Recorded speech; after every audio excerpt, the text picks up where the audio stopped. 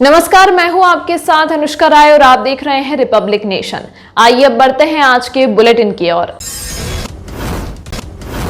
कांग्रेस के पूर्व अध्यक्ष राहुल गांधी ने तीनों केंद्रीय कृषि कानूनों को वापस लिए जाने की प्रधानमंत्री नरेंद्र मोदी की घोषणा के बाद शुक्रवार को कहा कि देश के अन्नदाताओं ने सत्याग्रह से अहंकार का सर झुका दिया है। गुरु नानक जयंती के मौके पर प्रदर्शनकारी किसानों के हक में प्रधानमंत्री नरेंद्र मोदी ने एक बड़ा फैसला लिया है, जिसकी वजह से साल भर से अधिक समय से देश के कई हिस्सों में किसान प्रदर्शन कर रहे थे। उस कृषि कानूनों को सरकार ने निरस्त करने का फैसला ले लिया है। देश के नाम संबोधन में शुक्रवार को पीएम मोदी ने देशवासियों से माफी मांगते हुए तीनों कृषि कानूनों को वापस ले लिया और कहा कि उनकी तपस्या में ही कुछ कमी रह गई होगी, जिसकी वजह से कुछ किसानों को उनकी सरकार समझा नहीं पाई और अंत में यह कानून वापस लेना पड़ा। गृह मंत्री अमित शाह और भाजपा अध्यक्ष जेपी नड्डा की अगुवाई में नई दिल्ली में उत्तर प्रदेश विधानसभा चुनाव को लेकर बैठक हुई। इस बैठक के बाद उत्तर प्रदेश भाजपा अध्यक्ष स्वतंत्र देव सिंह ने बताया कि चुनाव घोषणा पत्र के लिए कमेटी का गठन किया गया है।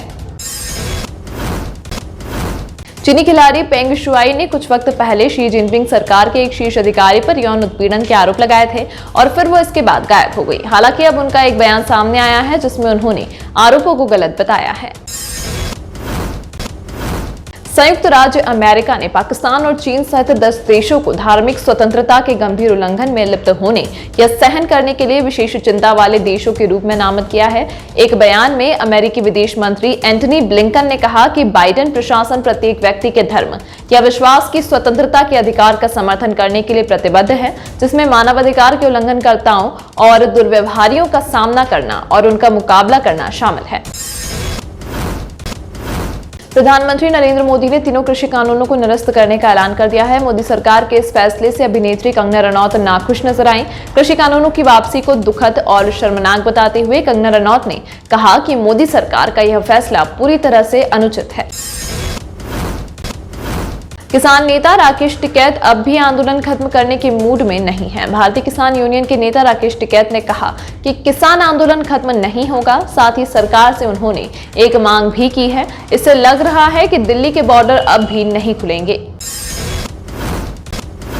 बिग बॉस 15 अलग अलग वजहों से खबरों में बना रहता है। कभी बिग बॉस के घर में कंटेस्टेंट्स के बीच नजदीकियां देखने को मिलती हैं तो कभी तीखा गुस्सा। इसी बीच बिग बॉस का एक प्रोमो सामने आया है। प्रोमो में एक और जहां तेजस्वी प्रकाश रोते हुए दिख रही हैं तो वहीं दूसरी ओर नेहा भसीन, प्रतीक सहजपाल और निशांत भट्ट से भिड़ते हुए दिख रही हैं।